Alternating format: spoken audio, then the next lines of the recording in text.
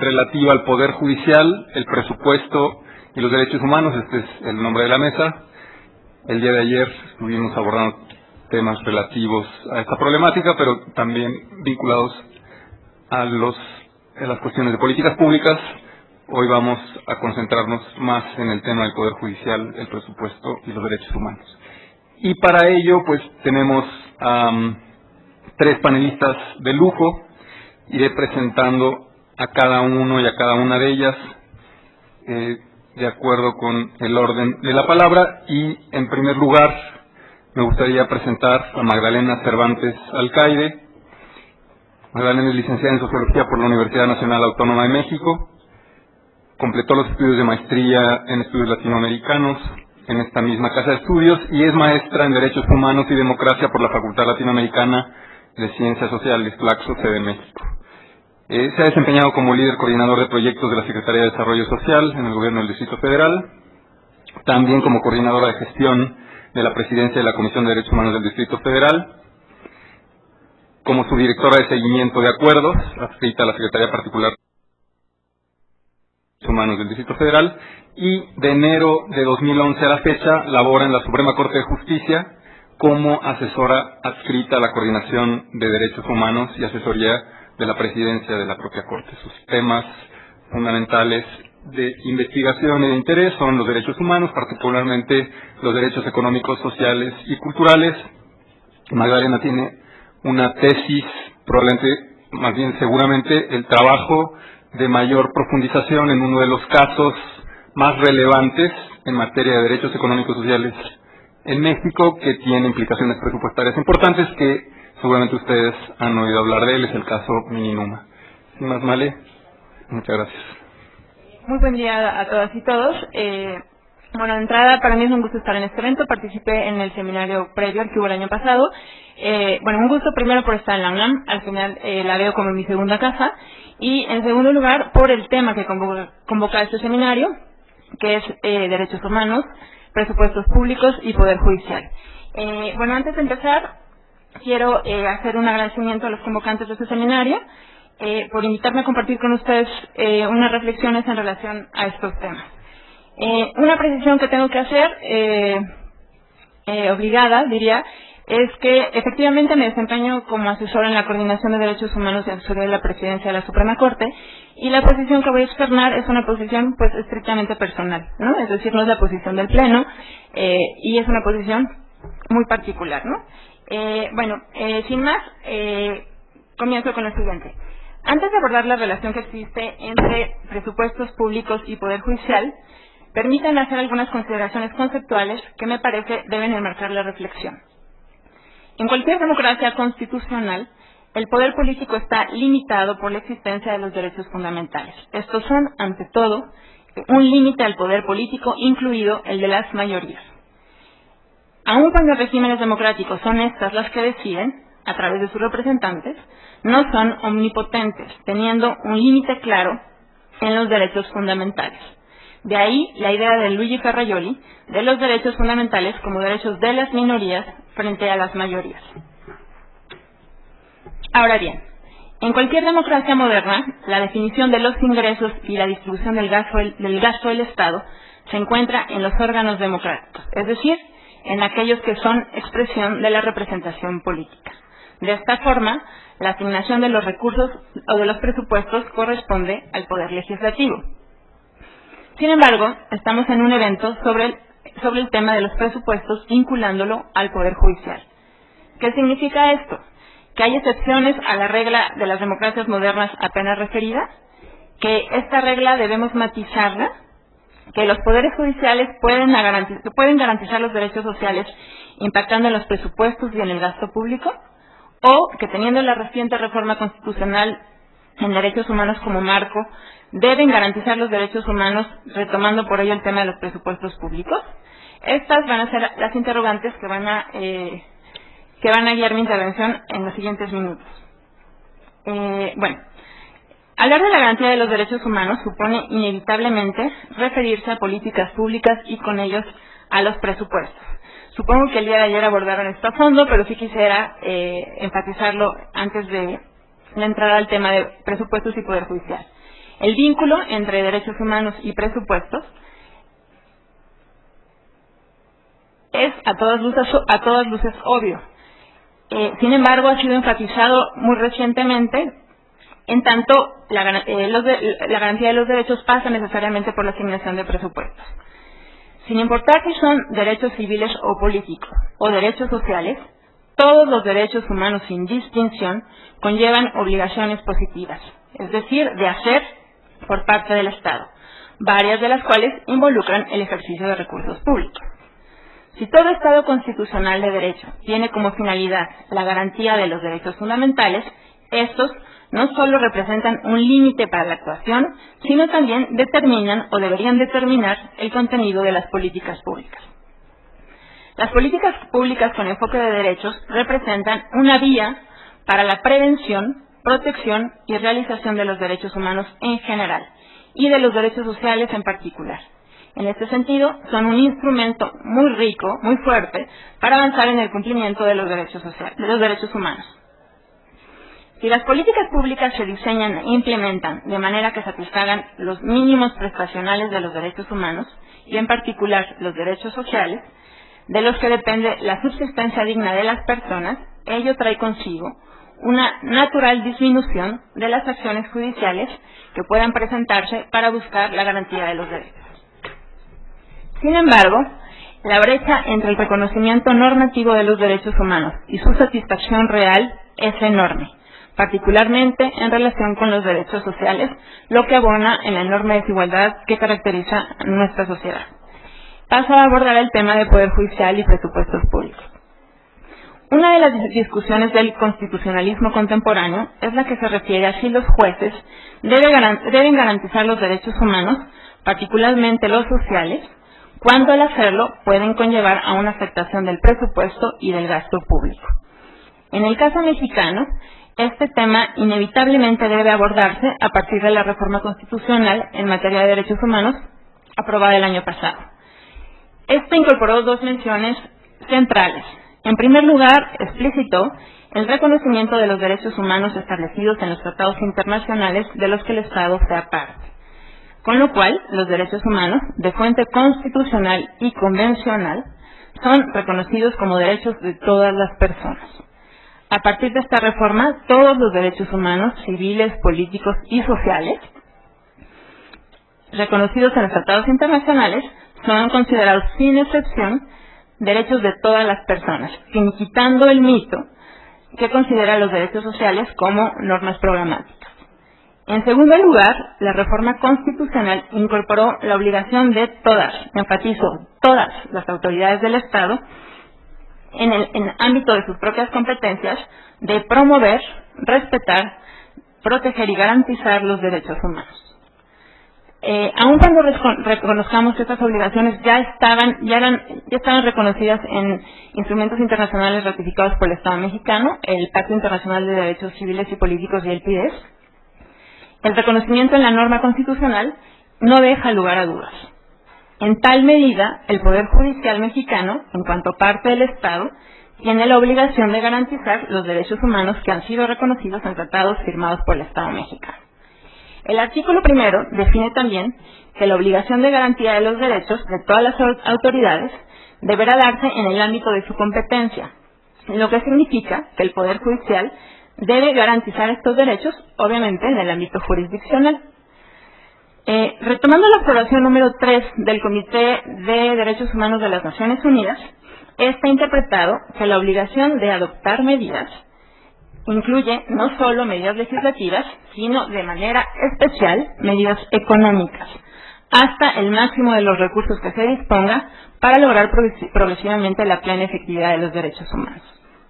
De lo dicho hasta ahora, podemos concluir que la Constitución establece un claro mandato para el Poder Judicial de garantizar los derechos humanos a través de la labor jurisdiccional y que la obligación de garantía conlleva, entre otros aspectos, el desarrollo de medidas económicas para tal fin.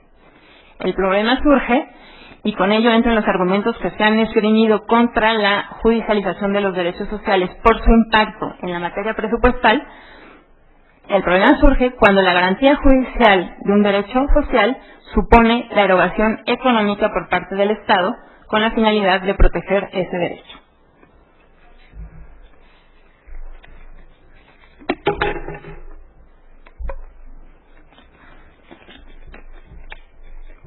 En este punto es importante hacer una precisión. La garantía de los derechos sociales no siempre conlleva la asignación de recursos públicos. Piénsese, por ejemplo, en la contaminación de un río por desechos tóxicos, en donde la obligación del Estado es prohibir que los ríos sean destino de desechos tóxicos, sancionar y obligar a la reparación.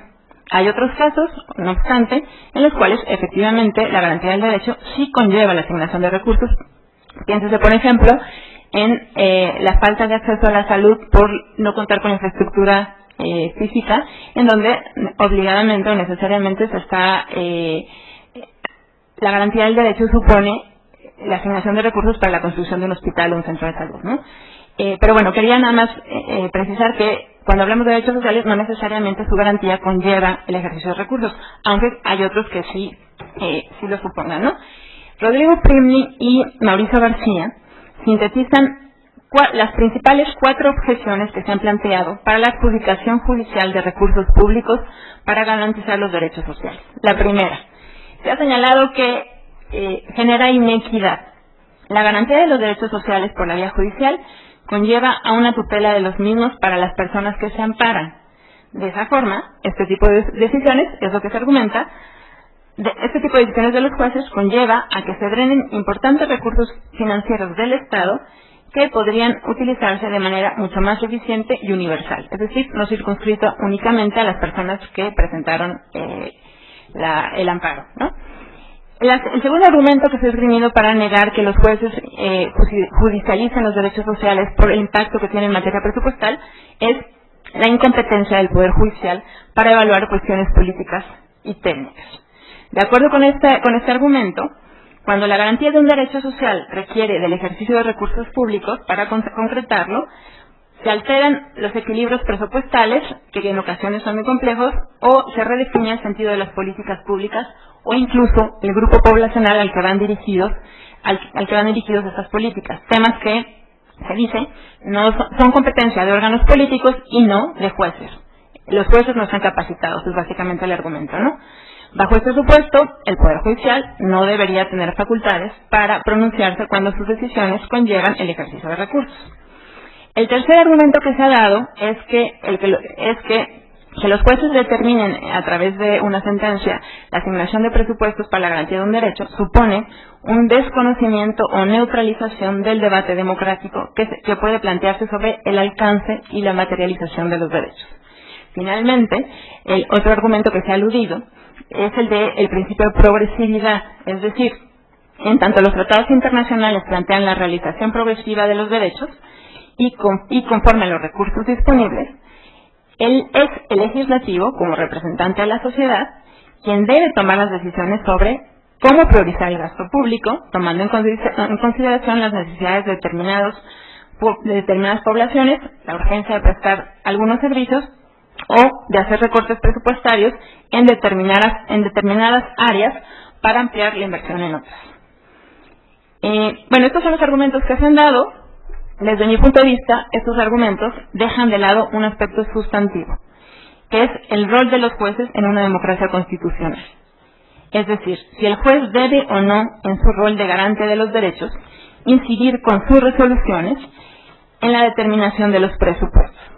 No puede perderse de vista que el Poder Judicial es el principal órgano para la garantía de los derechos fundamentales. Este mandato ha sido reiterado por la Reforma Constitucional en Derechos Humanos, misma que colocó a estos derechos en el centro de la acción del Estado. En el caso particular del Poder Judicial, el presidente de la Suprema Corte de Justicia de la Nación así lo ha señalado, las y los jueces y magistrados federales deben fungir como garantes de los derechos humanos. Ese es el rol que les toca desempeñar. Teniendo este referente como marco, menciono los siguientes elementos. El reconocimiento de los derechos humanos y de los sociales en la norma constitucional y en los tratados internacionales conlleva un claro mandato de protección y garantía de los mismos. En este sentido, cuando se están ante casos de no satisfacción de estos derechos, la intervención del juez para la garantía del derecho no supone en absoluto exceder sus facultades, toda vez que está cumpliendo con su deber de aplicar lo que la Constitución señala. En suma, cuando el fondo del asunto sea la satisfacción de un derecho social, reconocido ya sea en la norma constitucional o en los tratados internacionales, el pronunciamiento del juez es obligado, con independencia de si la decisión judicial tiene un impacto económico. Argumentar que no pueden judicializarse estos derechos en virtud del impacto económico de las decisiones judiciales es invertir las prioridades existentes entre los derechos y la política económica del Estado en el marco de una democracia constitucional. Sobre los efectos significativos que resultan de la protección de los derechos sociales caso por caso, debe señalarse que la reforma constitucional al juicio de amparo reconoció el interés legítimo individual y colectivo, con lo cual puede darse efectos generales a sentencias judiciales, impactando de esa manera no solo en la persona específica que padece la violación del derecho, sino también en comunidades o colectivos de personas. Lo anterior no supone desconocer las complicaciones reales que en términos presupuestarios existen para la garantía de los derechos sociales de todas las personas. Esta situación ha sido inclusive reconocida en los tratados internacionales, introduciendo el principio de progresividad, a partir del cual se plantea que la plena efectividad de los derechos no puede plantearse de manera inmediata, sino que debe irse avanzando poco a poco en la garantía del derecho. Reconociendo lo anterior, también el Derecho Internacional de los Derechos Humanos ha establecido que la obligación de los Estados para satisfacer a los derechos sociales debe llevar a asegurar, por lo menos, niveles esenciales de cada derecho. De esta forma, en escenarios de recursos limitados, en escenarios de recursos públicos limitados, no impide que los recursos con los que se cuenta puedan dirigirse a garantizar estos contenidos mínimos de los derechos. A partir de ese mínimo, el Estado tendría la obligación de realizar progresivamente la satisfacción de los derechos. El reconocimiento de este estándar resulta de la mayor relevancia para la labor jurisdiccional, toda vez que establece la idea de contenidos mínimos esenciales de cada derecho, los cuales el Estado tiene la obligación de garantizar. Al respecto, se podría sostener el problema que suscita determinar cuál es el contenido esencial de un derecho. Sin embargo, no debe perderse de vista que el Comité de Derechos Humanos de las Naciones Unidas, a través de sus observaciones generales, ha especificado cuál es el contenido de los principales derechos sociales, siendo en este sentido las observaciones una referencia muy relevante para determinar su contenido. Adicionalmente, por ejemplo, Rodrigo Primi y Mauricio García Villegas han sostenido que todas las prestaciones básicas que se necesiten para garantizar la vida digna de las personas deben ser consideradas como un contenido mínimo intangible de los derechos. En la configuración del contenido esencial de los derechos, los jueces constitucionales tienen un papel activo, correspondiendo a las autoridades políticas, por otra parte, el diseño de políticas públicas que permitan la satisfacción de ese contenido mínimo y, por supuesto, la asignación presupuestaria necesaria para que aquellas políticas públicas puedan concretarse. La separación de poderes y las facultades específicas asignadas a cada uno de ellos es el principal argumento que se ha esgrimido para justificar que el Poder Judicial no pueda pronunciarse en torno a presupuestos públicos. Desde esa lógica, el legislativo es el único facultado para definir el gasto público y, en consecuencia, para desarrollar el contenido de los derechos sociales a través de las leyes. Pero, ¿qué ocurre cuando la intervención del legislador ha sido insuficiente o cuando el juez está ante un caso de no satisfacción de un derecho, ya sea por la falta de una política pública que la garantice o de una norma secundaria que especifique cómo aterrizar este derecho? Un poder legislativo inactivo, un poder ejecutivo que no impulsa políticas públicas que permitan concretar la satisfacción de los derechos sociales, son, desde mi punto de vista, razones que justifican el activismo judicial. No porque el activismo judicial sea bueno en sí, sino porque este es indispensable cuando los órganos encargados de definir las políticas públicas y los presupuestos no lo hacen, atendiendo las directrices que les impone la constitucionalización de los derechos. Y es que, parafraseando a Ferrajoli, los derechos fundamentales no solo constituyen la esfera de lo no decidible, sino también la de lo no decidible que no, y una política pública o un presupuesto que omite esto último, simple y sencillamente es contraria a los derechos y activa y justifica inevitablemente la protección judicial de los derechos vulnerados o insatisfechos. La distancia entre el reconocimiento constitucional de los derechos sociales y su satisfacción real es también una razón que justifica el activismo judicial y su incidencia en competencias atribuidas a otros órganos del Estado. En este sentido, el Poder Judicial funge como un contrapeso frente a las omisiones o no acción del Ejecutivo y del Legislativo.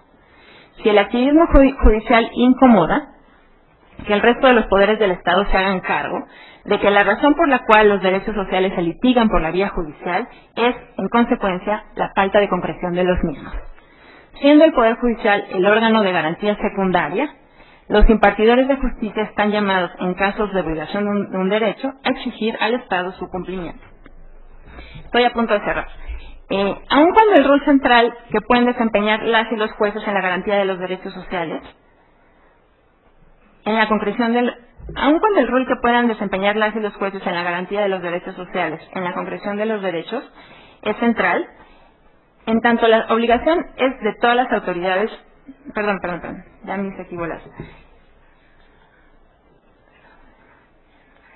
Aun cuando el rol central que pueden desempeñar las y los jueces en la garantía de los derechos sociales, la concreción de estos derechos, en tanto obligación de las autoridades del Estado, se ubica tanto en la acción de las autoridades políticas como de las judiciales. Por un lado, las autoridades políticas deben definir el sentido y alcance de los derechos sociales, deben diseñar e impulsar políticas públicas que tengan como fundamento la concreción de estos derechos y deben, por supuesto, aterrizar presupuestos públicos con los cuales poder impulsar estas políticas. Por el otro, al Poder Judicial le corresponde la posibilidad de intervenir cuando se incumplan los mínimos de cada derecho consagrados en la Constitución y en los tratados internacionales no negociables en el ámbito político. De esta forma, estoy reivindicando un esquema de protección doble de los derechos sociales que armoniza la intervención de los distintos poderes públicos en la realización de estos derechos. La declaratoria de inconstitucionalidad por omisión, en casos en que el legislador no desarrolle la Constitución, es una manera en que los jueces pueden presionar al legislativo para que asuma sus responsabilidades en materia de derechos sociales. El modelo de protección doble contempla entonces cierto activismo judicial como vía de presión para jalonear la intervención de las instancias políticas en el desarrollo de los derechos sociales. En este sentido, la intervención de las y los jueces puede representar una vía para movilizar al Ejecutivo y al Legislativo en el desarrollo de políticas sociales y en la asignación de presupuestos públicos a través de los cuales garantizar los derechos. A través de la labor jurisdiccional, juezas y jueces, magistradas y magistrados pueden tender puentes entre los derechos humanos, las políticas públicas y los presupuestos, tercia ideal para la concreción de los derechos. La reforma constitucional en derechos humanos da al Poder Judicial un enorme juego en la garantía de los derechos humanos en el país. Está en cada uno de sus integrantes asumir este reto e identificarse como garantes de los derechos. Muchas gracias.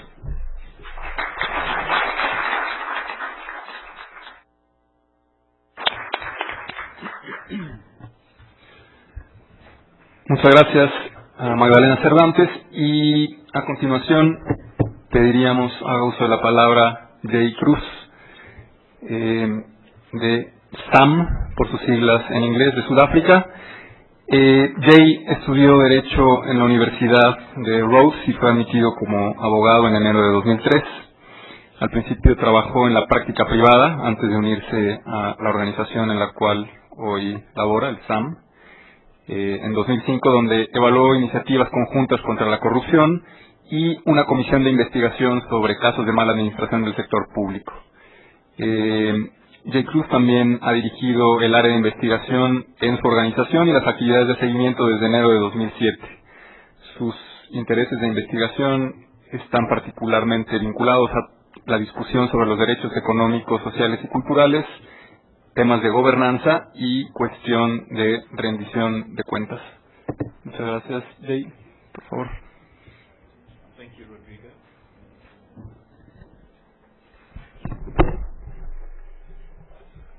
Thank you. Just at the outset, I'd like to thank, of course, IBP, Funda, ASIJ, and the Legal Research Institute at the university for hosting this and for ensuring the attendance of people from across the world. I'd like to thank Magdalena for her paper. There's certainly, I think my paper will look to complement hers, and I have just a brief outline of the paper that I'll present. I have prepared a long form which I will make available to participants and then attendees. Firstly, I'll look at the South African Constitution. Then I'll go through 7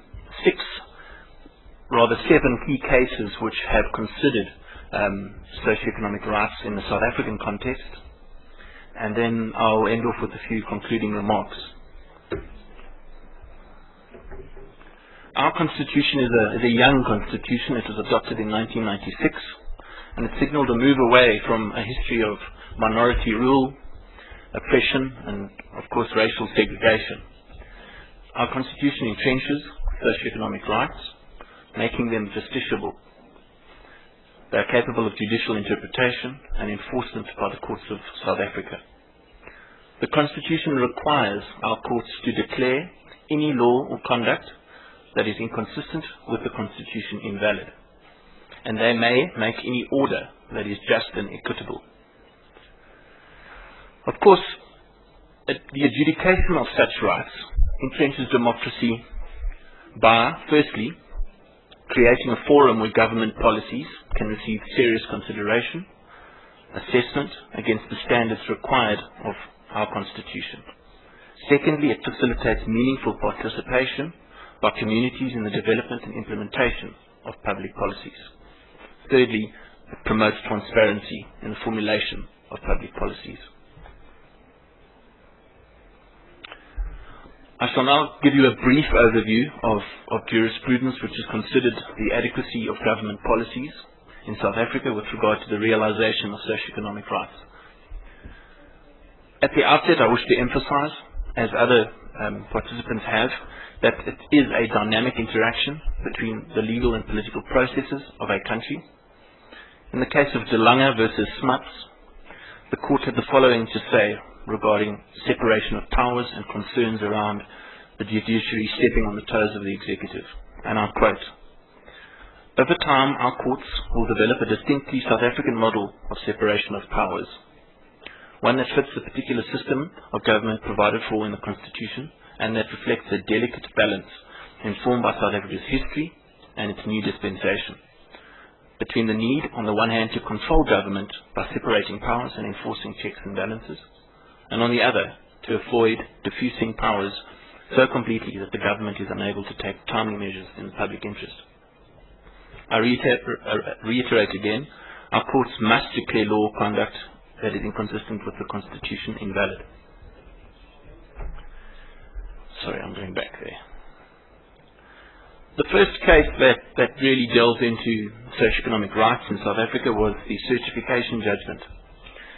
The court, which I've abbreviated as CC in the slides, was required to determine whether the draft constitution complied with the constitutional principles that had been formulated during the negotiations towards a constitutional democracy.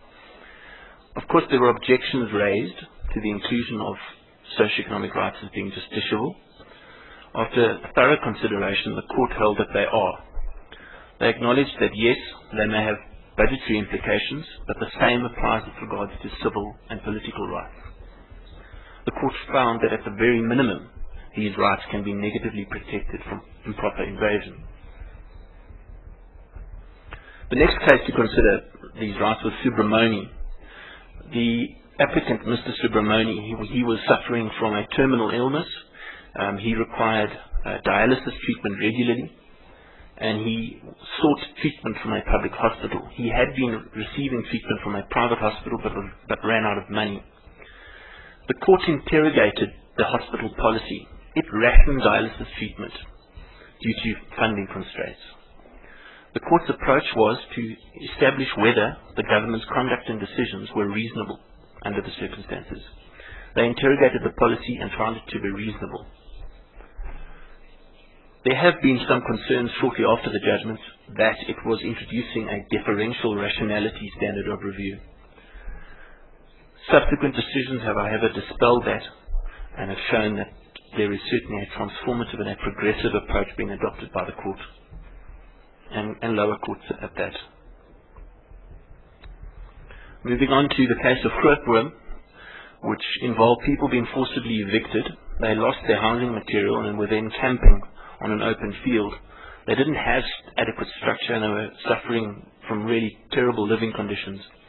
They went to court and sought an order against government in which they wanted to obtain permanent housing, but in the meantime they sought temporary housing and shelter. The court emphasized once again that the rights are justiciable, despite their budgetary implications, and reiterated its earlier remarks in Subramani, that courts would not interfere with rational decisions taken in good faith by political organs. The court used the standard of reasonableness to review government's housing policy. I emphasize rational because that is an integral part in interrogating a policy. Is it adequate? I'll return to this issue later on. The court declared the housing policy unconstitutional. The court found a reasonable policy was one that was comprehensive, coherent, balanced, and flexible. The court held that the policy excluded a significant segment of society and failed to provide for those who were in most need or in urgent need of assistance. And I found it did not pass the reasonable standards, that is the existing policy at the time. The court emphasized that reasonableness should be assessed not only with regard to legislation and policy, but also implementation of that policy and legislation. The court noted that precise budget allocation for those in desperate need was for national government to decide in the first instance, but it was obliged to allocate a reasonable part of its budget for this purpose. The ruling has of course enjoyed widespread consideration by academics and jurists and judges, and has greatly influenced subsequent cases dealing with the enforcement of these rights. I'll then move on to the case of Minister of Health versus Treatment Action Campaign. Helena Hofbauer touched on the case yesterday. It involved government's policy on antiretroviral drugs. The TAC argued that government had failed to implement a comprehensive plan or policy to prevent mother-to-child transmission of the HIV virus. The court approached it from the following perspective. They found that the government's program did not comply with the constitutional right of everyone to have access to adequate healthcare services. Of course, the court was put with arguments by the state that it had capacity and costs arguments, but the court found that these did not have sufficient cogency to warrant denial of access to nevirapine, which was the drug that would prevent the transmission of the virus. The court made various declaratory and mandatory costs orders against government with significant budgetary implications. The court, of course, was empowered by the Constitution to make such an order. Liebenberg, who's an authority in South Africa on socio-economic rights, noted that the robust standard of scrutiny applied by the court can be attributed to the following factors. There was a lack of alternatives for achieving a reduction in HIV and AIDS.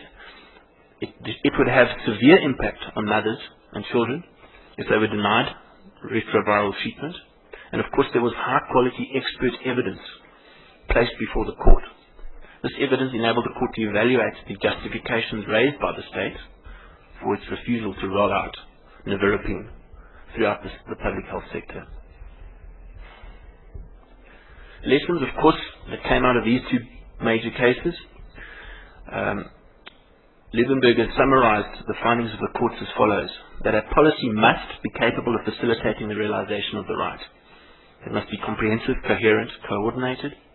There must be appropriate financial and human resources made available. It must be balanced, flexible, and appropriate provision for short, medium, and long-term needs. It must be reasonably conceived and implemented. It must be transparent. Its contents must be known to the public. And finally, there must be short-term provision for those whose needs are urgent and who are living in intolerable conditions. Moving then along to the case of Khoza, which involved access to welfare grants. The court found that the welfare program unfairly or unreasonably excluded a group. Khoza and his colleagues were Mozambican citizens who had resided in South Africa since 1980 and were denied access on the basis that they weren't citizens. The court ordered the state to expand the program to include the group with a corresponding increase in the budget related to the program. The court rejected the weak resource constraints arguments put forward by the state. Mazibuko, that's the next case to follow on.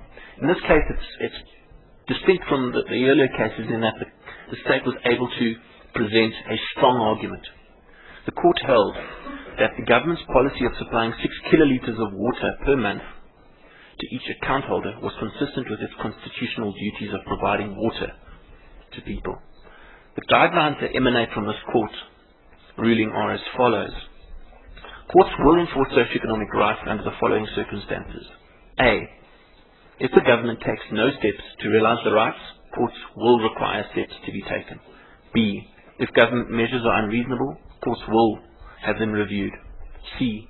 When no provision is made for those most desperately in need, government's inaction is unreasonable. D. A court will order the removal of a policy with unreasonable limitations or exclusions. And finally, government must continually review policies to ensure progressive realization.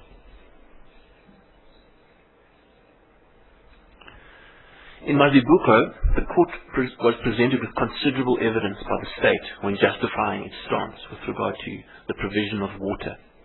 The court emphasized that, and I quote, a reasonableness challenge requires government to explain the choices it has made, and that it must provide the information it has considered and the process it has followed to determine its policy. The court was of the view in Mazibuko that, and I quote, this case provides an excellent example of government doing just that.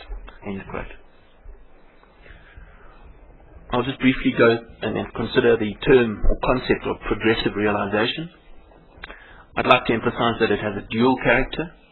While a state may be unable to ensure the realization of a right in the short term, this does not absolve it from taking immediate steps to provide for those in urgent socioeconomic need, so as to avoid irreparable harm. The cases above, in particular Grootboom, Khoza, TAC, and of course General Comment 3 of the United Nations Committee on Economic, Social and Cultural Rights, illustrate this duality. According to the comment, and I quote, it is on the one hand a necessary flexibility device, reflecting the realities of the real world and the difficulties involved in any country in ensuring full realization of economic, social and cultural rights. On the other hand, the phrase must be read in light of the overall objective, indeed the reason d'etre of the covenant, which is to establish clear obligations for state parties in respect to the full realization of rights. It thus imposes an obligation to move expeditiously and effectively as possible towards that goal. The final case that I'll briefly run through is Blue Moonlight versus the City of Johannesburg. It dealt with the eviction of people from an inner city building. The court considered how the city had managed its funds intended for housing. Over and above finding that the housing policy was unconstitutional, the court found that the city had failed to, and I quote, grapple with and inform the court as to what is possible in relation to its budget. The court found that the city's failure to make provision, financial or otherwise, for dealing with the situation that arose amounted to a failure to comply with its constitutional obligations. The city also, of course, had a budget surplus with regard to its housing allocation. This, of course, further eroded its attempts to defend its position. A few concluding remarks. Socioeconomic rights research, monitoring, advocacy, litigation, budget analysis by CSOs is crucial in keeping a check on state power. Not only will it and does it promote accountability, but it enriches the dialogue between the state and courts, who are required to assess the constitutionality of state action or inaction. Of course, it's critical towards advancing the interpretation, adherence, and understanding of the International Covenant. And of course, it's critical to motivate countries to amend and incorporate justiciable rights within their constitutions. Thank you.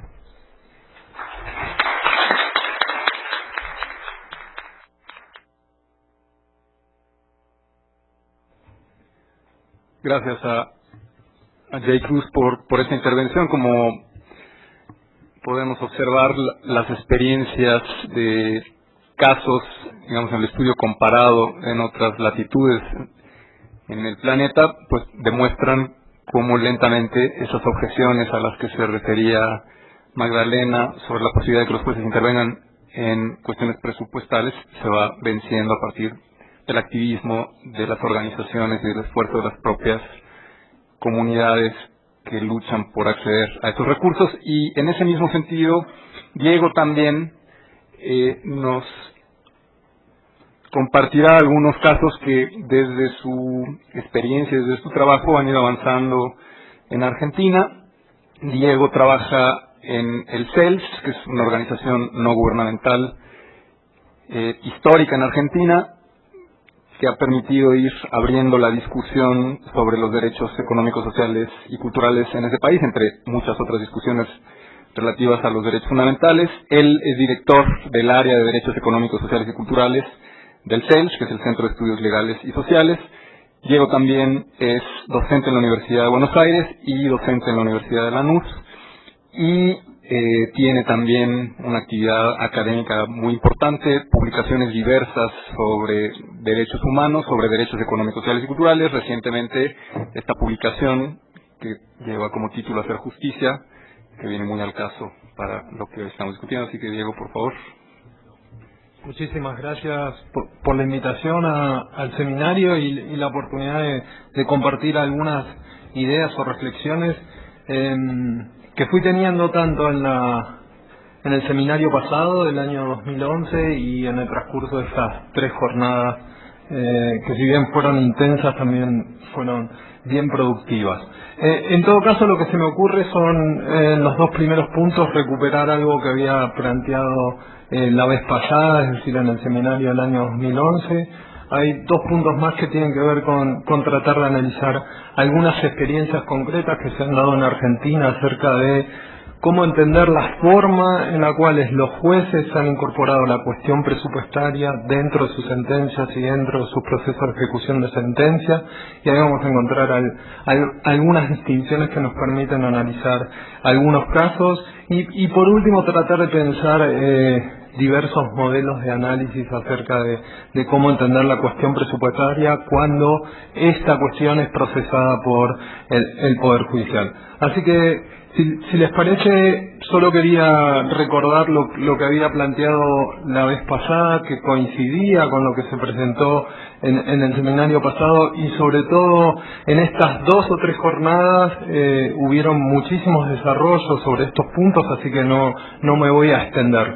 La primera cuestión tenía que ver con identificar de qué manera las organizaciones de derechos humanos habían utilizado la cuestión presupuestaria. Y en los primeros casos, si bien no se había podido identificar la cuestión presupuestaria como la causa de la violación, estaba implícito eso en la presentación de demandas, ya sea el litigio por falta de medicamentos de VIH, el litigio vinculado a la falta de condiciones para la accesibilidad de personas con capacidades diferentes, exigían al Poder Judicial un pronunciamiento acerca de la violación del derecho, pero todavía no había una explicación clara acerca de cómo incidía en esa exigencia la cuestión presupuestaria.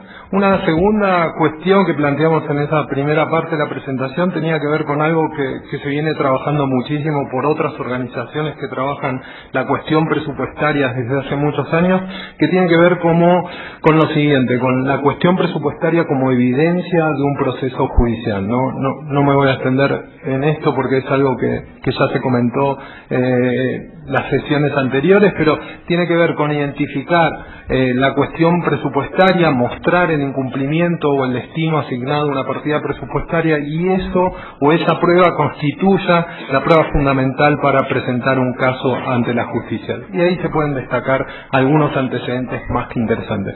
Y el tercer punto tiene que ver con la cuestión de la ejecución de la sentencia. Claro, a pronto de presentar varios casos vinculados a derechos sociales sin enunciar la cuestión presupuestaria como una cuestión fundamental, nos dimos cuenta que esa cuestión sí emergía de manera determinante en el proceso de ejecución de sentencia. Así que estos son 3 puntos que nosotros consideramos interesantes para evaluar cómo se ha dado el litigio en materia de derechos sociales y cómo ese litigio no tuvo en cuenta en un primer momento la cuestión presupuestaria y sí la tuvo que refrescar en el momento de la ejecución de sentencia, o en todo caso cómo esa cuestión presupuestaria ha servido de prueba para vencer un caso o para vencer una resistencia administrativa. La segunda cuestión que planteamos y que también se trabajó estos últimos 2 días tiene que ver con la cuestión de las formas de intervención que tiene el Poder Judicial, ¿no? Y ahí vamos a encontrar casos en los cuales hay órdenes directas de cumplir con tal o cual derecho e incluso algunas órdenes que implican erogaciones presupuestarias determinadas. Hay una segunda fórmula, estoy hablando en términos muy genéricos, que tiene que ver con la creación por parte del Poder Judicial de espacios de diálogo donde el Poder Ejecutivo y el Poder Legislativo presenten cuáles son los obstáculos presupuestarios y en conjunto, es decir, víctimas, jueces y Poder Ejecutivo empiezan a encontrar salidas frente a esos obstáculos, sobre todo en los ciclos presupuestarios, los procesos licitatorios. Creo que estas mesas de diálogo, a diferencia de las órdenes que son mandatos directos, abren la posibilidad de entender mejor la cuestión presupuestaria. Y una tercera fórmula que encontramos en Argentina tiene que ver con la definición de agencias administrativas especializadas en el cumplimiento de sentencias, sobre todo en un caso que tiene una magnitud importante, que afecta a 5 millones de personas en la ciudad de Buenos Aires, en la provincia de Buenos Aires, que tiene que ver con la contaminación de un río que está a la vera de la ciudad de Buenos Aires y es limítrofe con la provincia de Buenos Aires. La Corte Suprema, en diálogo, en discusión con el Estado Nacional, generó las condiciones necesarias para que existiera una agencia que específicamente se está encargando del tema de la contaminación de ese río y por lo tanto es una agencia que tiene partidas presupuestarias asignadas, compite contra otros ministerios y otras secretarías a la hora de la definición presupuestaria. Me parece que esta es también una salida interesante. Claro, es cierto que es un caso que tiene una magnitud excepcional y es uno de los pocos casos estructurales que se están llevando adelante en Argentina. Entonces, eso eran como un repaso de las cuestiones que habíamos planteado la vez pasada y que ya se han consolidado a partir del trabajo que hemos tenido en estos 2 seminarios que ya pasaron. Una reflexión un tanto más aguda tal vez acerca de estos planteos que venimos efectuando tiene que ver con retomar algunas de las líneas que ayer planteaba Horacio Corti o también Sergio Chaparro con relación a las formas que ha encontrado el Poder Judicial para introducir la cuestión presupuestaria dentro de sus sentencias o sus procesos de ejecución de sentencias. Ayer Horacio nos contaba la fórmula que ha utilizado la Corte Suprema Argentina, que tiene que ver con una formulación en términos muy genéricos que diría lo siguiente, ¿no? Cierta indiferencia a la cuestión presupuestaria y cierta prioridad a la cuestión de derechos, ¿no? Entonces, ahí lo que vamos a encontrar son fallos donde, frente a la evidencia o a la presentación de defensas por parte del Estado de que se incumple un derecho por falta de inversión presupuestaria o falta de partidas presupuestarias, la respuesta judicial básicamente fue la siguiente. Para el Poder Judicial es indiferente la existencia o no de partidas presupuestarias, lo que estamos discutiendo tiene que ver con el acceso o reconocimiento de un derecho. Una segunda cuestión que también aparece en casos vinculados sobre todo a medicamentos, pero también a rechazos de pensiones sociales o bajas con relación al acceso a pensiones asistenciales, sobre todo no contributivas, tiene que ver con una indiferencia tal vez más relativa con relación a la cuestión presupuestaria y una idea robusta de los reclamos vinculados a derecho. Y la fórmula que utiliza la Corte es la siguiente: si el Estado plantea como cuestión para negar un derecho, para reducir un derecho, para limitar un derecho, tiene que probar eso, entonces tiene que acreditarme a través de este proceso judicial cuáles son las dificultades presupuestarias, cuáles son los beneficios que está generando negar un beneficio social determinado a una persona y favorecer a otra. Creo que acá hay un procedimiento de meditación interesante que nos puede servir a nosotros como litigantes para estar atentos transparentos a la hora de escuchar las defensas del Estado. Esto también se vincula o se vinculó en Argentina en el año 2003 con un caso vinculado a el establecimiento de decretos de emergencias confirmados luego por leyes que habilitaban reducciones de salarios. Si bien la discusión que se dio en la Corte tenía que ver con una reducción de un 13% de los salarios de empleados públicos y un 13% de los saberes jubilatorios, la Corte dijo ahí que la forma en que el Estado presenta esa reducción no le permite a la persona saber hasta cuándo va a durar esa reducción de los saberes jubilatorios o del salario, y sobre todo cuál va a ser el porcentaje de esa reducción. Se fijó un 13% en una primera instancia, pero la norma también habilitaba a reducir un 20, un 25. Entonces, la Corte creo que ahí le está pidiendo como muestras más sobradas al Estado cuando alega cuestiones presupuestarias, y creo que es algo a tener en cuenta. Es cierto también, hay un tercer tipo de argumentación que me parecen relevantes y tiene que ver con una formulación que diríamos de la siguiente manera.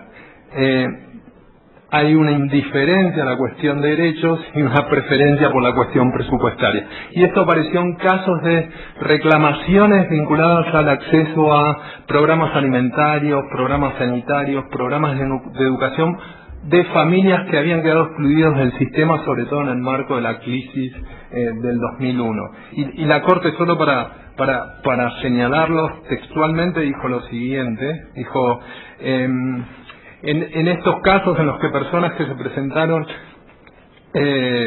acciones judiciales, la situación de desamparo que acreditan, que revela un dramático cuadro social, no puede ser resuelto por la Corte porque no asigna discrecionalmente los recursos presupuestarios disponibles. ¿Qué quiero decir con esto? Bueno, así como mostramos algunos episodios o algunas resoluciones judiciales que le daban prioridad al derecho por sobre las cuestiones presupuestarias, es cierto o es posible encontrar algunos fallos en los cuales la cuestión presupuestaria es privilegiada, al menos en el margen de discrecionalidad que tienen los jueces o de asignación presupuestarias que podrían llegar a tener los jueces frente a la cuestión jurídica, ¿no?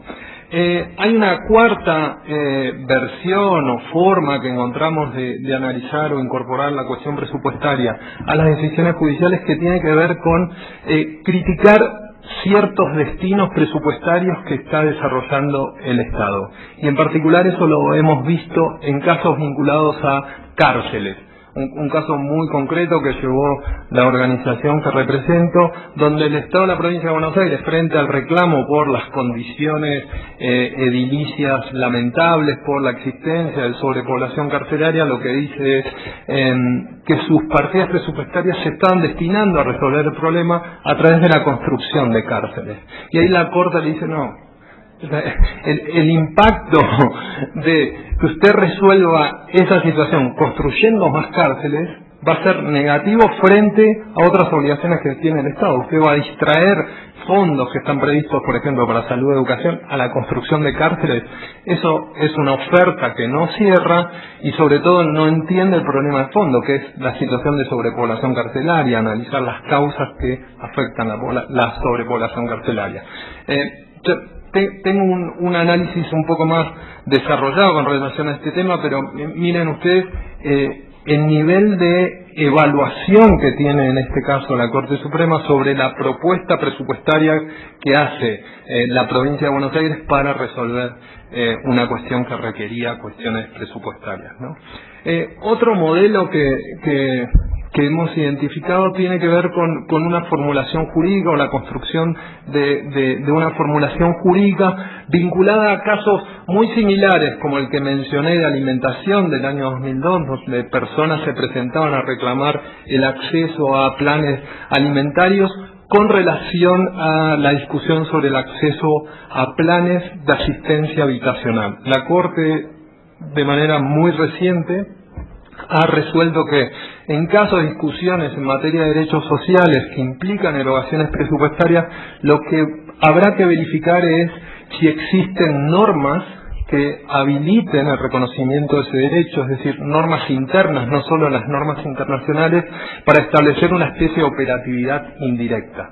Sugiere la Corte que frente a ciertos reclamos algunos derechos no son operativos de por sí, tal como lo había referido en otros casos vinculados a, por ejemplo, libertad de expresión o derecho a rectificación y respuesta, sino que requieren ciertas normas que ya hayan movido el engranaje o la maquinaria del Estado para garantizar ese derecho. Así que me parece que ahí también hay como una reformulación de la Corte, que si bien sale de aquel modelo o ejemplo en el cual la cuestión presupuestaria era prioridad sobre la cuestión de derechos o la capacidad de los jueces de asignar cuestiones presupuestarias era superior a la capacidad de los jueces de determinar la violación de un derecho. En este caso, al menos se encuentra una salida estableciendo esta idea de operatividad indirecta. En el caso sí había un desarrollo normativo en los últimos 15 años en la ciudad de Buenos Aires y por lo tanto fue mucho más fácil entender el argumento de la Corte. Pero ¿qué ocurre en algunas legislaciones donde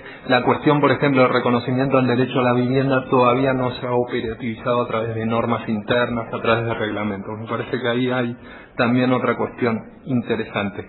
Un sexto modelo que hemos encontrado vinculado a cómo los jueces incorporan la cuestión presupuestaria tiene que ver con la asignación de partidas presupuestarias directas frente a violaciones que ocurren ante grupos en situación de vulnerabilidad. Y me estoy refiriendo a comunidades indígenas.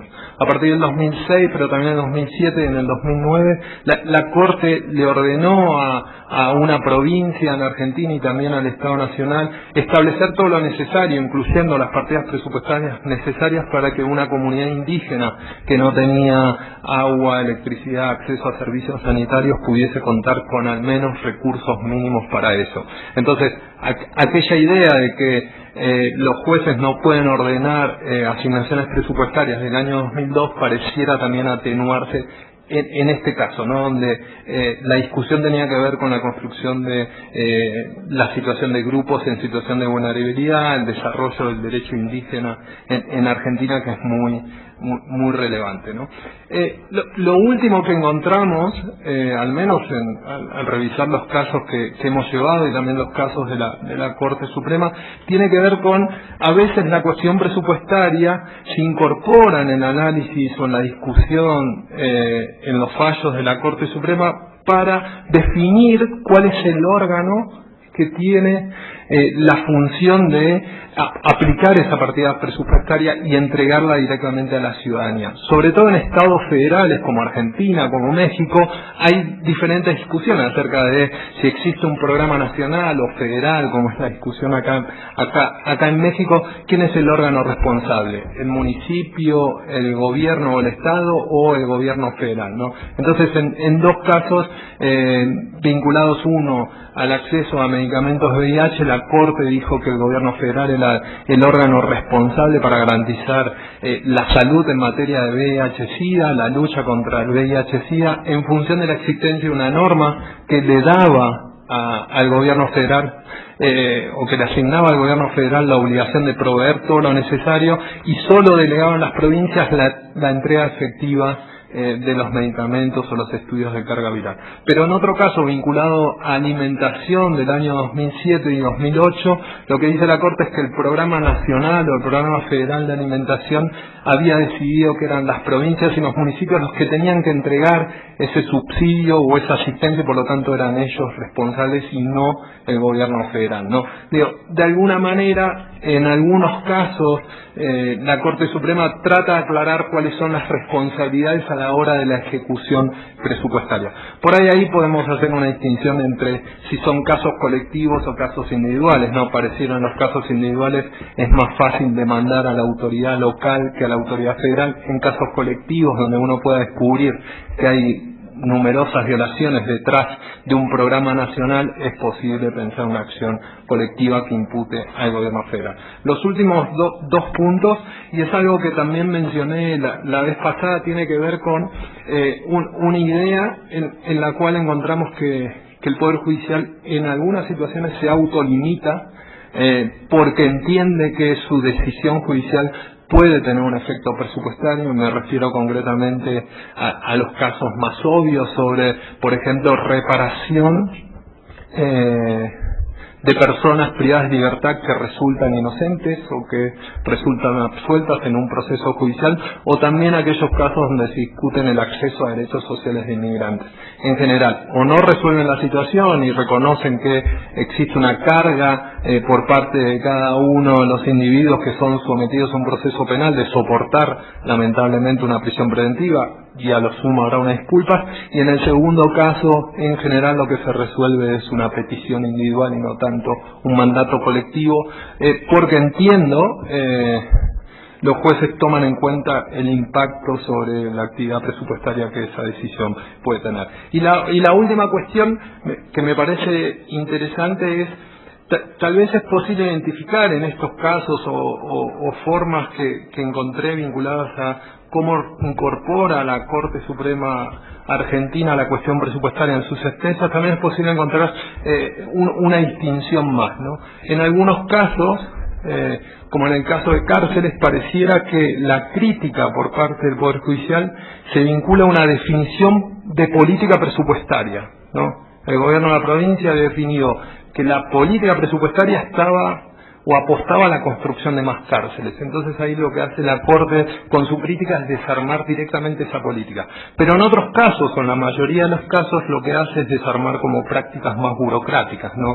Donde ahí la cuestión presupuestaria está vinculada, o la afectación vinculada a la cuestión presupuestaria está atada a procesos burocráticos, ¿no? O a procesos de demora en la asignación, en la liquidación de partidas, y creo que me parece esta distinción es bien interesante. Acá hay un ejemplo relevante de hace 5 o 6 años, del año 2005, donde la Corte consideró que un recurso ordinario para presentar reclamos ante la Corte Suprema había sido solo utilizado por el Estado argentino al solo efecto de postergar los pagos vinculados a haberes jubilatorios. Entonces, después de hacer una revisión de todos los casos presentados por el Estado y sobre todo por la Administración Nacional de la Seguridad Social, lo que descubrió es que ninguno de los casos habían resultado favorables al Estado, o incluso no habían sido fundados por los abogados del Estado, y la única consecuencia que tuvo fue postergar los pagos que esos jubilados habían obtenido al ganar una sentencia. Y por lo tanto, declaró inconstitucional ese artículo que habilitaba la presentación de un recurso ordinario de la Corte Suprema sobre la base de esto, ¿no? Que en realidad lo que buscaba el Estado a partir de la presentación de esos recursos era cierto aire financiero para postergar un poco más el cumplimiento de la sentencia. En conclusión, como hemos visto, más allá de las diferencias procesales o de sistemas de control de constitucionalidad, es posible advertir algunas similitudes acerca de la forma de incorporación de la cuestión presupuestaria por parte del Poder Judicial, que me parece relevante. Y en segundo lugar, sobre la base de los presupuestos teóricos que mencionó Malena, es posible también advertir la capacidad del Poder Judicial para analizar y cuestionar cuestiones presupuestarias. Muchas gracias.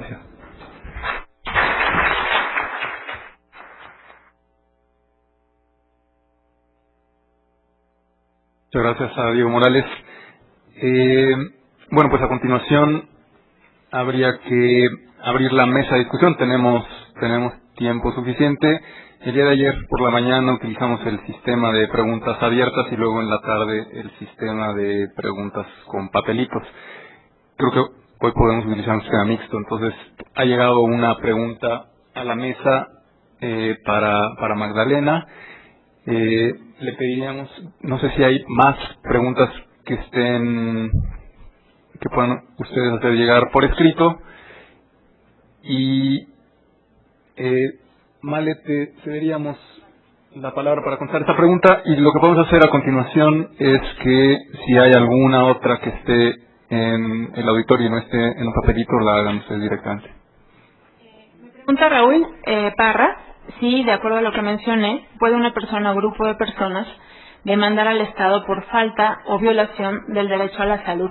Es todo un tema, y lo que comentaría es, el derecho a la salud está reconocido en la Constitución y también está reconocido en el Pacto Internacional de los Derechos Económicos, Sociales y Culturales, desde mi perspectiva, digamos, el Estado tiene una clara obligación frente a este derecho.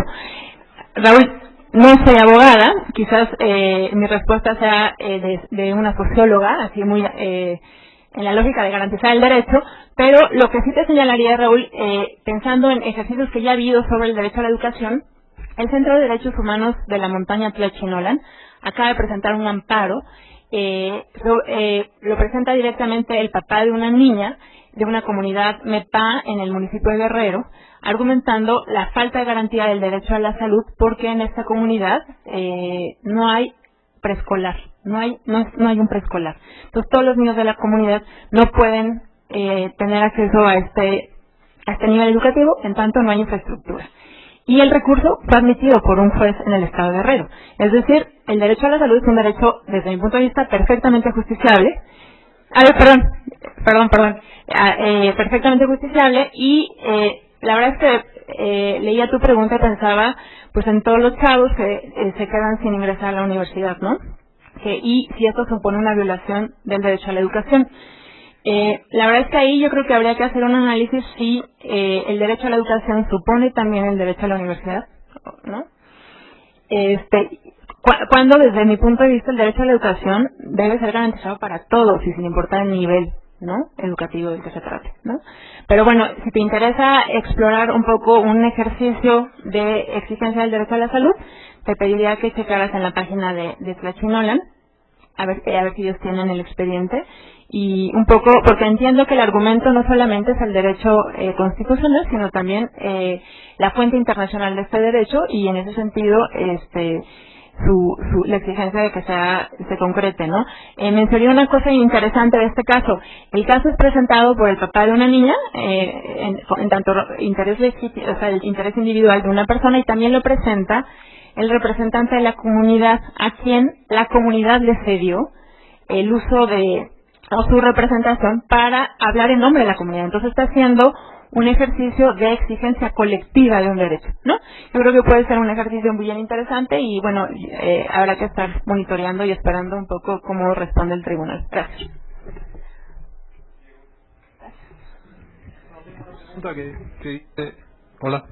Que dice, si el Estado acredita que existe una dificultad presupuestaria, ¿de qué manera se protege en la medida de lo posible el derecho del que ha sido violentado o afectado en sus derechos? Por ejemplo, pensiones, dice.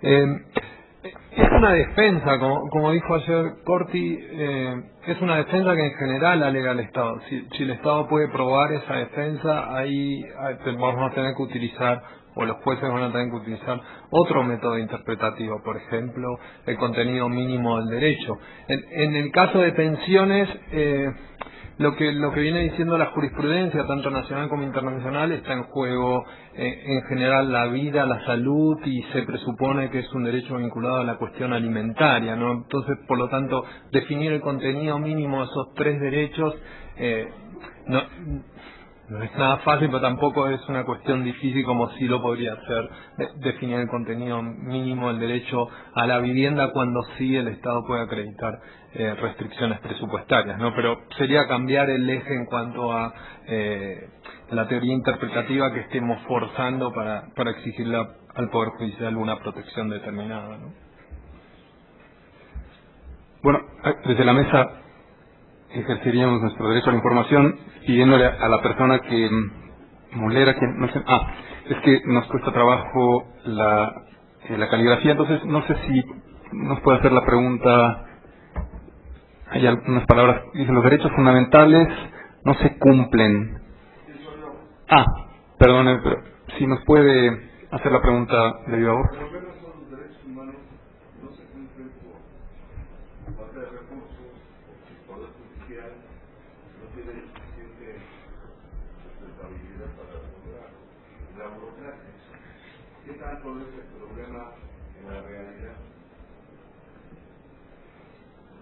Mire, comparto con usted su apreciación de que hay un déficit en el cumplimiento de los derechos humanos y en particular de los derechos sociales. En febrero del año pasado hubo un seminario en la Suprema Corte sobre la justiciabilidad de los derechos sociales, en el que estuvo también el doctor Rodrigo Gutiérrez, y la verdad es que celebro que básicamente el tono así en general, fue un seminario toda la mañana, pero en general el tono fue que estas ideas de que no son derechos justiciables, de que los derechos sociales, en tanto suponen solamente obligaciones positivas, pues no pueden ser garantizadas y tal. Eran, digamos, después de la discusión del día, al final las ideas que quedaron es que estos eran mitos, ¿no? Y que la reforma constitucional lo que habría era un contexto muy favorable a la garantía de los derechos todos, incluyendo los derechos sociales. La verdad es que yo estoy, digamos, quizás muy esperanzada, quizás de manera, digamos, muy soñadora, en que la reforma verdaderamente coloque en jueces y magistrados este papel que les toca de garantes de derechos y derechos sociales que se judicializan poco, empiecen a ser presentados y a ser abordados, ¿no? Obligando a que derechos que no se garanticen por la vía de políticas públicas lo sean por la vía judicial, ¿no? Bueno, hay otra, si quieres te leo esta. Dice: la Suprema Corte, en cuanto al tema electoral, se refiere a las promesas en campaña de los candidatos y el posterior ejercicio en funciones ejecutivas de un candidato. Y si esa, digamos, contradicción entre la promesa de campaña y lo que el candidato hace posteriormente, en términos también presupuestales y como promesa política, podría en un momento dado la Suprema Corte de Justicia obligar a cumplir esas promesas. La pregunta del millón. La verdad es que sí. En la Suprema Corte en general no está, bueno, en materia electoral está el tribunal y yo creo que, a ver, las propuestas de los candidatos, yo creo que la exigencia de que los candidatos cumplan con lo que prometen está, yo diría no en la Suprema Corte, sino en la cancha de los individuos comunes y corrientes. Es decir, no solamente votamos, sino que en el momento en que votamos, estamos votando por una plataforma política y en ese sentido nos toca a nosotros exigir y generar un contexto de exigencia a quienes nos gobiernan para que cumplan con lo que han dicho que van a hacer, ¿no? Yo lo vería así. No sé. Sí, el problema ahí es que las promesas de campaña hasta ahora no son vinculantes, digamos, no genera una obligación jurídica positiva. Podríamos discutir ese tema, pero creo que en los sistemas de representación, de democracia representativa en general, esas promesas de campaña no generan ninguna obligación vinculante, ¿no? Desgraciadamente. Por lo tanto, todo queda en el terreno de la política y de lo que la ciudadanía pueda exigir. Diego. ¿Qué sucede con los límites a los DER, como por ejemplo bienestar general en una sociedad democrática? ¿Qué hizo?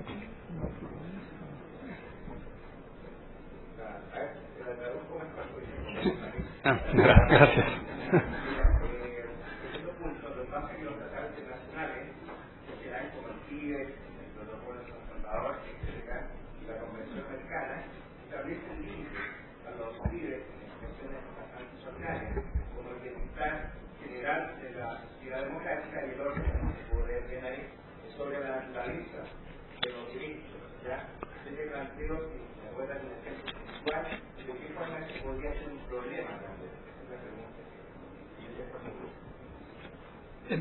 Vos decís la conceptualización acerca de estos límites.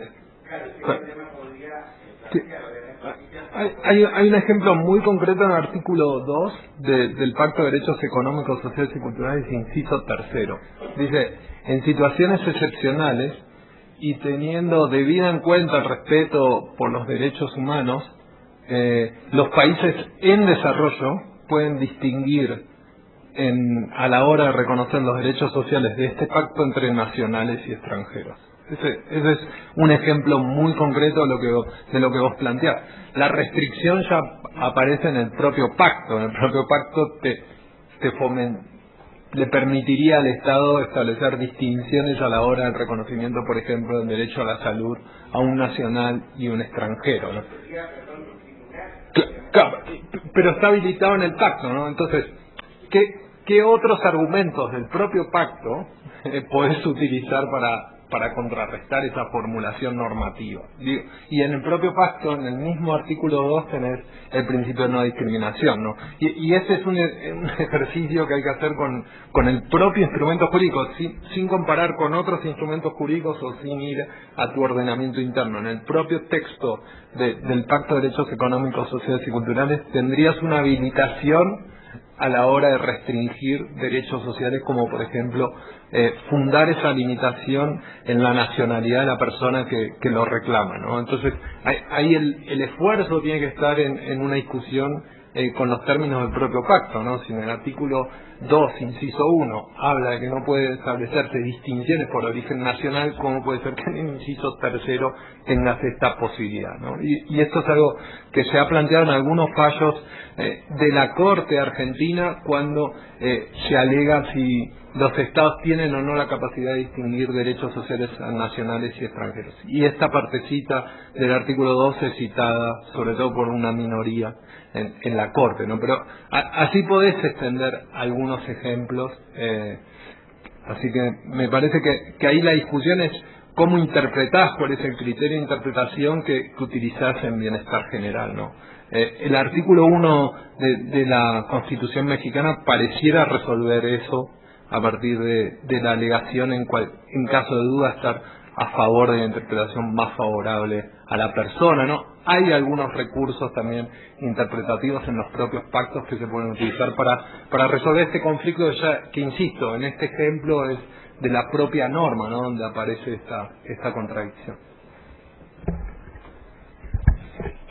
Me hace una consulta de mi opinión sobre si en la reforma política que está de aprobarse, que prohíbe la consulta popular respecto al gasto público, se puede considerar una violación del derecho a la participación.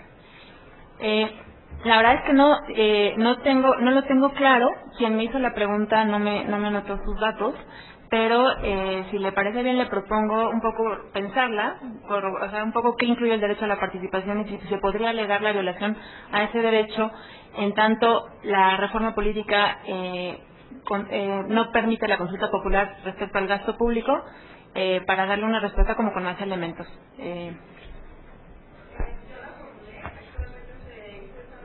Sí.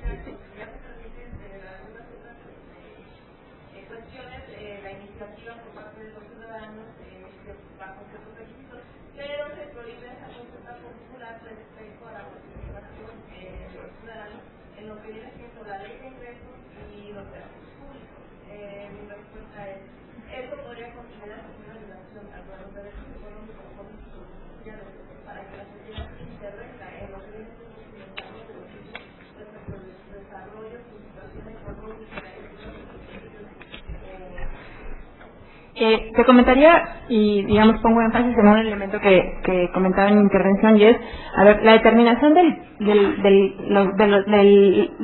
los presupuestos y cómo se distribuyen y a qué áreas, eso está en la cancha del legislativo, ¿no? Eso es digamos, así es, ¿no? Lo que creo que podrían colocar desde la sociedad los individuos es señalar prioridades que no se están atendiendo y que demandan del Estado políticas públicas y presupuestos para poderlas echar a andar, ¿no? No estoy segura de si se puede acreditar la violación del derecho a la participación en tanto no se permite a los ciudadanos intervenir en la definición del gasto público, ¿no? Ahora saliendo tomo su correo para pues pensarlo, un poco rebotar con documentos y poder dar una respuesta con mayor elemento, ¿no? Sí.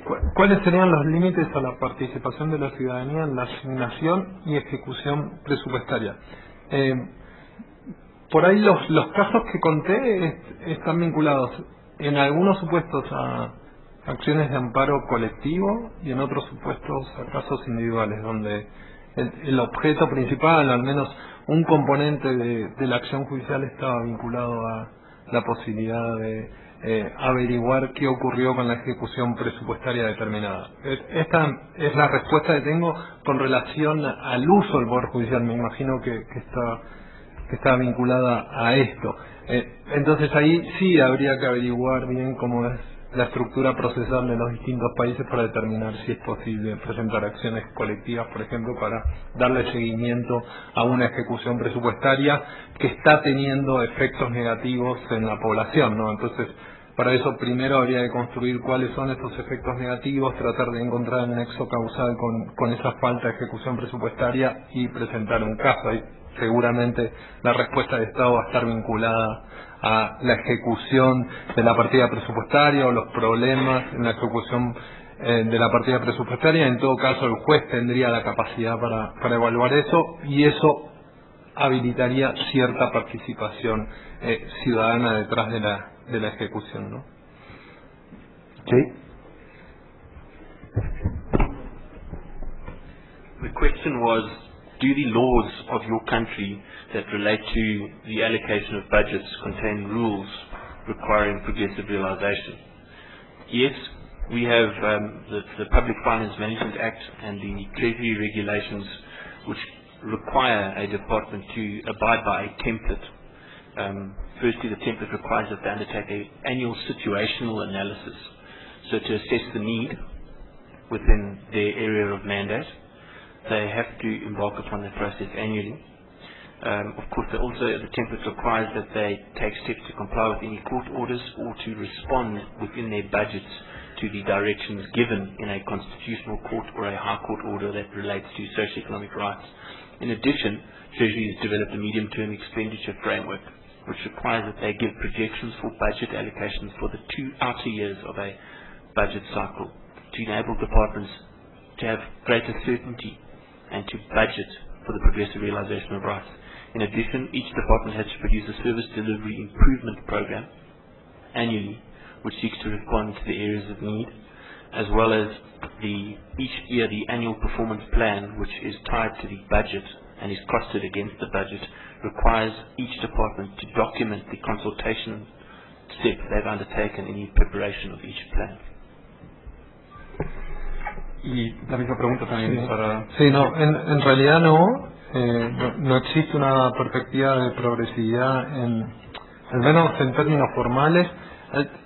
Tengo un ejemplo que puede ser revelador y tiene que ver con un caso en el año 2004 donde la única posibilidad que existía para acceder a pensiones asistenciales, ante la falta de actualización, por supuesto, del monto de la pensión, pero sobre todo de la definición de partidas presupuestarias, estaba vinculada a la muerte de un beneficiario. Es decir, si alguien quería acceder a una pensión asistencial, acreditaba todos los requisitos, demostraba que no tenía ninguna otra forma de subsistencia, para poder ingresar al sistema de pensiones tenía que esperar que otro que ya la estaba cobrando fuese dado de baja, ¿no? Y en general el modo de esa baja con relación a las pensiones asistenciales estaba vinculado con el fallecimiento de la persona. Entonces, a partir de una discusión administrativa con el Ministerio de Seguridad Social, con el Ministerio de Desarrollo Social y con el Congreso se logró modificar la asignación de partidas presupuestarias de manera progresiva hacia el capítulo de pensiones asistenciales, ¿no? Todo el tiempo es posible advertir algunas intervenciones que pueden darle cierta progresividad, pero en términos formales en la norma no se prevé un argumento de progresividad en términos de la definición presupuestaria. Claro, es cierto que en los últimos años sí se modificaron de manera progresiva las partidas presupuestarias para diversos asuntos, ¿no? Pero no existe una regla formal en el presupuesto. Y esta también es para ti, es un caso de derechos frente a particulares, más o menos. Lo que Alfonso Márquez nos pregunta es si es posible que haya una exigencia hacia los ciudadanos para que cumplan con sus obligaciones en materia fiscal. Por ejemplo, nos pone el ejemplo de ambulantes, personas que no pagan impuestos y sin embargo utilizan los servicios públicos. Si en esta discusión presupuestaria podríamos encontrar mecanismos o vías para exigir que esas personas cumplan con esas obligaciones. Pone también el caso de los maestros que de acuerdo con quien nos hace la pregunta violan el derecho a la educación de los menores. Si hay precedentes en este sentido. En Argentina los jueces no pagan el impuesto a las ganancias, para que den una idea de que el tema no es la venta ambulante, sino que el tema está en otro lado. Digo, en general las discusiones se están dando con relación a la venta ambulante, es que el Estado no define permisos, no habilita situaciones para poder desarrollar esta actividad comercial, no hay ningún espacio para desarrollarla y son víctimas de la policía. Digo, entran en las redes de gestión policial, entran en las redes de la mordida policial, como dicen ustedes. Así que no es el mejor ejemplo. Tal vez yo pensaría en otros ejemplos más vinculados a exenciones hacia ciertas actividades industriales. Me parece que son como un componente mayor de los ingresos presupuestarios, ¿no? Y Jay también me pide la palabra para intervenir sobre este tema. Yeah, just to comment on that. Certainly, if a litigant had the means and the expertise, they could bring an action against the Department of Revenue, seeking to interrogate the equality clause within tax revenue, and to argue that it unfairly discriminates or benefits a group, and could seek to set aside that. Creo que hay una última. Sí, para Diego, comentaba durante su intervención que en Argentina las ejecuciones de sentencia que tienen que ver con estos casos, en algunas ocasiones establece un espacio de discusión, y ese concepto me llama mucho, un espacio de discusión en donde el juez ha establecido una demanda, una sentencia, ha condenado al Estado, pero me imagino que en algunas ocasiones el Estado se encontrará atado de manos. Que no es posible satisfacer plenamente todos los derechos porque también hay que satisfacer otros derechos. ¿Y cómo funciona estos espacios de discusión donde me imagino que el juez tendrá que estar presente, la autoridad fiscal, presupuestaria y en su caso los demandantes? Me imagino que son temas relativamente muy nuevos, porque esas discusiones son muy interesantes. Me gustaría que pudieras Sí. Yo para eso tengo un ejemplo de dos casos que presentamos de manera contemporánea en el año 96 y ganamos los dos en el año 98. En uno, la orden del juez fue la siguiente: adoptar todas las medidas necesarias para que el Estado construya 15 rampas en las estaciones del ferrocarril Mitre para que las personas con capacidades diferentes puedan acceder al servicio ferroviario. Y el otro caso es la producción de una vacuna para atender una enfermedad muy particular de la zona pampeana argentina. En este segundo caso, lo que hizo la justicia frente a las dificultades que acreditaba el Estado para cumplir con la producción de esa vacuna fue convocar a diversas audiencias, sumar al defensor del pueblo, sumar a el órgano que tiene que autorizar los medicamentos en Argentina, y en el marco de esos procesos o de esas mesas de discusión se fueron como analizando cuáles son los distintos obstáculos que tiene en Argentina, por ejemplo, la producción de una vacuna, aun cuando esa producción sea estatal, ¿no? Entonces, lo que permitió esa mesa es conocer en detalle cuáles iban siendo los problemas que emergían para dar cumplimiento a la sentencia. En el otro, la decisión de la jueza fue establecer, frente al incumplimiento, directamente una multa, que es una multa de 10.000 pesos por día, serán algo así como $2.000 por día. Al día de hoy, las vacunas ya se producen desde el año 2006 y las rampas en las estaciones no han sido realizada. La multa asciende a casi 50 millones de pesos, alrededor de ¿cuánto en dólares?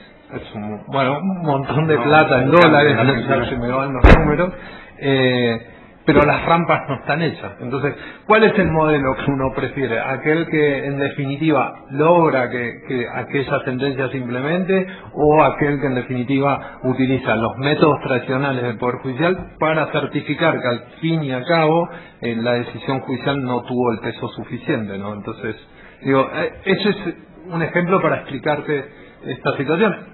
es muy diverso, cada situación requiere analizar concretamente. No, depende. Ayer Sergio contó con relación a la Corte Constitucional Colombiana que se establecían plazos, se establecían audiencias periódicas. En un caso de ASIG sobre acceso a la educación, que tal vez Martín cuente después, también una mesa de diálogo con el gobierno de la Ciudad de Buenos Aires permitió analizar de qué manera se podían construir escuelas, o al menos ver las medidas necesarias para la construcción de escuelas, pero sobre todo para generar más vacantes en el sistema escolar inicial en la Ciudad de Buenos Aires. Entonces, ¿qué quiero decir con esto? Que tal vez cada uno de los problemas que uno presenta ante los estrados judiciales, que implican erogaciones presupuestarias, pero también implican discusiones más que serias con funcionarios estatales, esta fórmula puede ayudar, ¿no? Bueno, para eso también hay que tener la posibilidad de contar con ciertas herramientas procesales, cierta asunción de los riesgos que puede tener esa mesa de diálogo. Puede fracasar en 2 años y uno tiene que volver al litigio tradicional, no sé, numerosas situaciones que se pueden ir planteando en estas instancias, ¿no? Jay también quería compartir una experiencia de Sudáfrica. Certainly, we've experienced frustrations in South Africa where the executive or head administrative officials have not complied with the court order. The courts have developed supervisory orders which require the minister and the head of department to return to court within 3 months or 6 months and to give an affidavit under oath of the steps taken to implement the court order. If they fail, there is either a fine or that they hold a contempt of court hearing, which may result in their imprisonment. Bueno, hay una última, ahora sí, por razones de tiempo creo que convendría 2 últimas y cerramos la mesa. Adelante. Mi pregunta es para la mesa y se refiere más bien a la capacidad de las Cortes de asumir este papel de sostenibilidad de los derechos económicos y sociales. Mencionabas un poco que parte de ese fundamento, y estoy de acuerdo con él, es que pues, alguien tiene que hacerlo y no es el ejecutivo y el legislativo no lo están haciendo, ¿no? Pero hasta qué punto, y Jason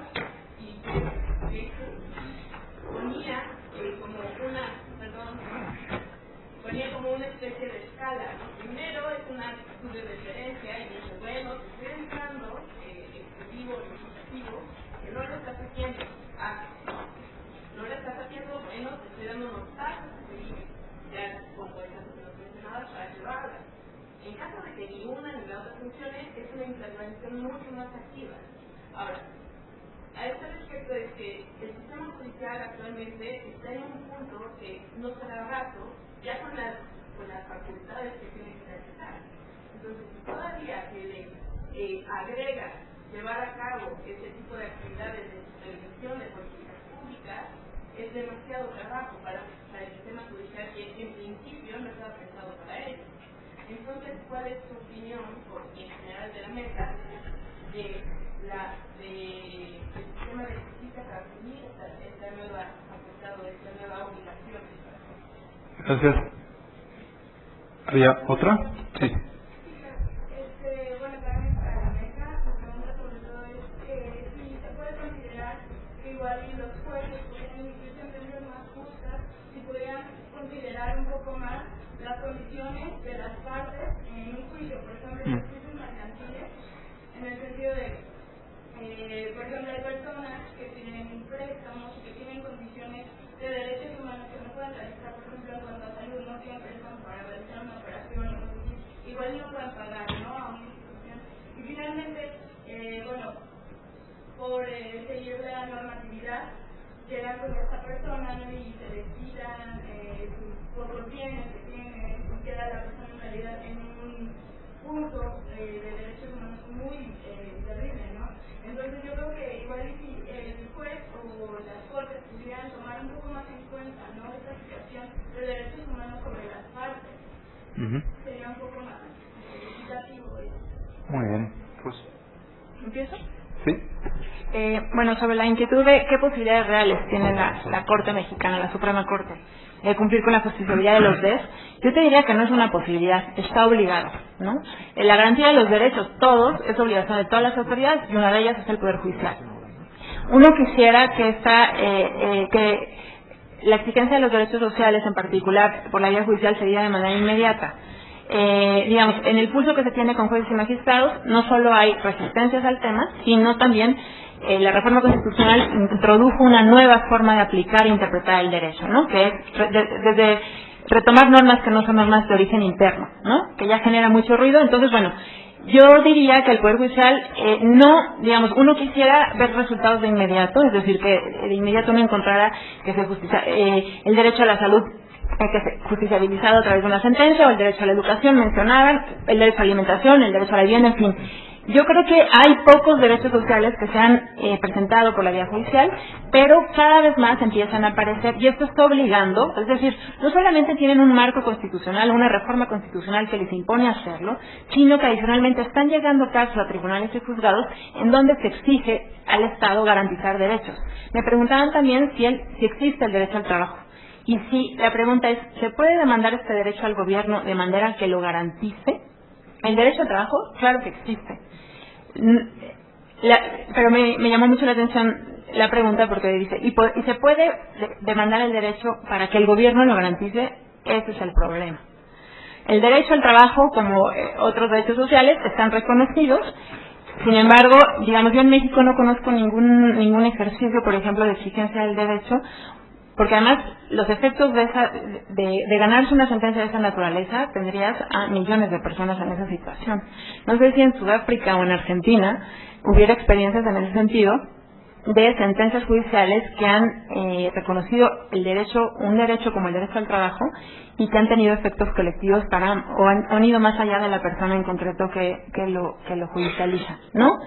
En relación a lo que comentaba la segunda persona que preguntó, yo diría, por ejemplo, el caso concreto que planteabas, la persona ya está en todo su derecho, por ejemplo, de ampararse por el no acceso al derecho a la salud, en tanto tuvo que someterse a una cirugía por la vía privada por no contar con el derecho que debe ser garantizado desde el Estado, ¿no?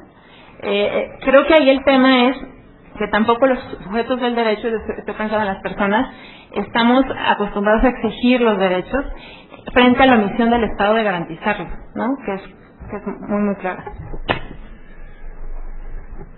Diego, no sé si...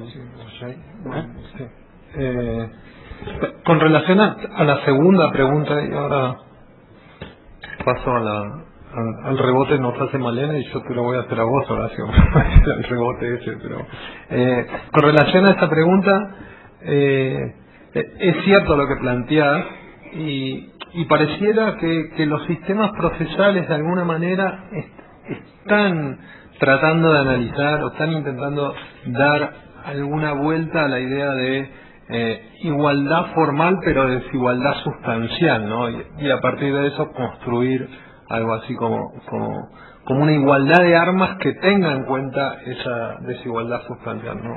Sobre todo a partir de algunos fallos de la Corte Interamericana, pero si uno observa el reconocimiento a la acción colectiva en Argentina, algo de eso hay.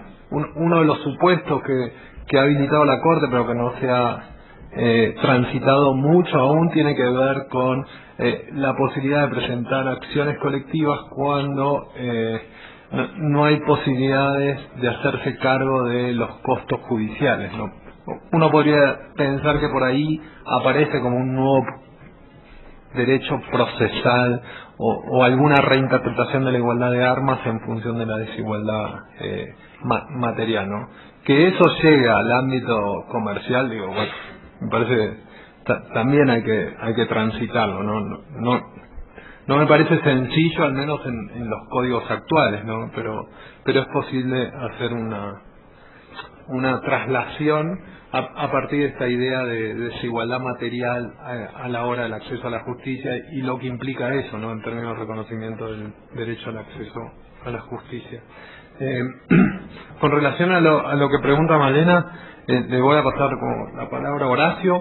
Yo lo único que recuerdo actualmente vinculado a derecho del trabajo es una conceptualización que está haciendo la Corte para evitar los despidos discriminatorios por opinión gremial. Que no solo sea un derecho que beneficia al delegado sindical reconocido que ganó una elección interna, sino a todos aquellos que de alguna manera se manifiestan o desarrollan alguna actividad gremial, ¿no? E incluso ha modificado la estructura probatoria en esos casos, donde ahí el empresario tiene que demostrar, por ejemplo, que, para vincularlo por ahí a la segunda pregunta, es el empresario el que tiene que demostrar que su real intención estuvo vinculada a una cuestión laboral y no a la opinión gremial de esa persona, ¿no?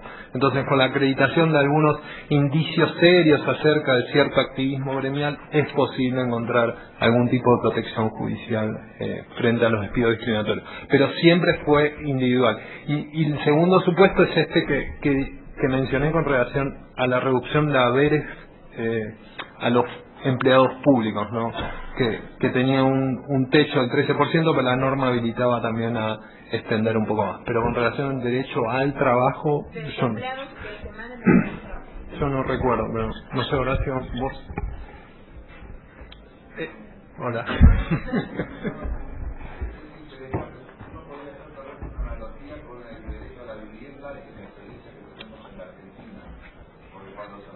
El derecho a la vivienda, a través de lo cual finalmente eso se concreta es en el derecho a ser incorporado a un sistema que el Estado establece, que es el otorgamiento de subsidios. Finalmente a lo que se está transformando es tener un derecho a un subsidio para paliar la situación por no tener vivienda. Pensado con respecto al trabajo podría ser algo análogo, digamos. Derecho a ingresar un sistema en el cual se asegure el empleo. La pregunta sí es interesante porque finalmente creo que el derecho al trabajo debe ser el principal derecho social, ¿no? Era el principal derecho social que en otra época de nuestra historia de los derechos a lo largo del siglo XX.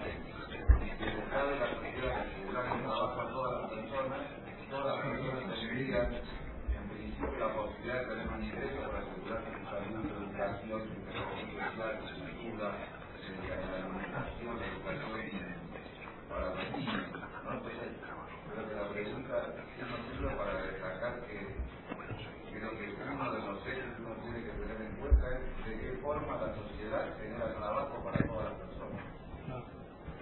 Okay. Yeah. In South Africa, the right to work isn't justiciable.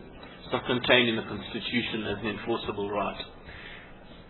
It has been considered by our courts in investigating social welfare, and so it certainly received considerable consideration by the courts. People have sought to try and argue that it's a precondition to live a dignified and a life of equality, but it's certainly it's a responsibility that's held by all of us as well as government to improve on productivity and ultimately enable everybody to enjoy the same freedoms. But it hasn't received any constitutional court consideration in our country.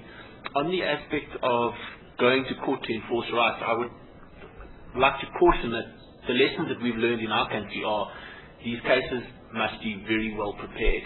You do not want to make bad law. You need to work with partners. You need to work with a cross-spectrum of experts in the sector. The worst thing you want is a ruling which erodes the interpretation and development of a right. Tenemos un minuto. Hay una última petición de palabra. Un seminario es para inseminar semillas intelectuales que puedan germinar o no. A esta idea apunto dos ideas. Uno es el principio estratégico de las luchas sociales. Otro es el dinero, que no es la única solución, pero como ayuda. Pensar en el presupuesto qué tanto debe tener un fondo para apoyar este tipo de derechos así como existe el fondo para contingencia de catástrofes naturales, porque de esta forma se ayudaría. Naturalmente esto implica un cambio y una transformación en la elaboración del presupuesto, que no está en la decisión de quienes lo elaboran, sino es una lucha para trabajar por la academia y para apuntalarlo a través de ONGs, de servicios estratégicos, para lograr de esa manera haya la posibilidad de dar más viabilidad a estos derechos, para no caer en el principio jurídico muy duro, pero como la ley es dura, nadie está obligado a lo imposible, posibilitar este tipo de derechos. Muchas gracias. Muchas gracias a usted. Y bueno, no podemos cerrar la mesa de mejor manera. Les invitamos a un receso. Está previsto regresar en 20 minutos y la mesa siguiente es intenta responder a la pregunta sobre si las decisiones de los jueces cuestan. Así que nos vemos aquí 11:30, por favor. Muchas gracias a todos ustedes, muchas gracias a los panelistas.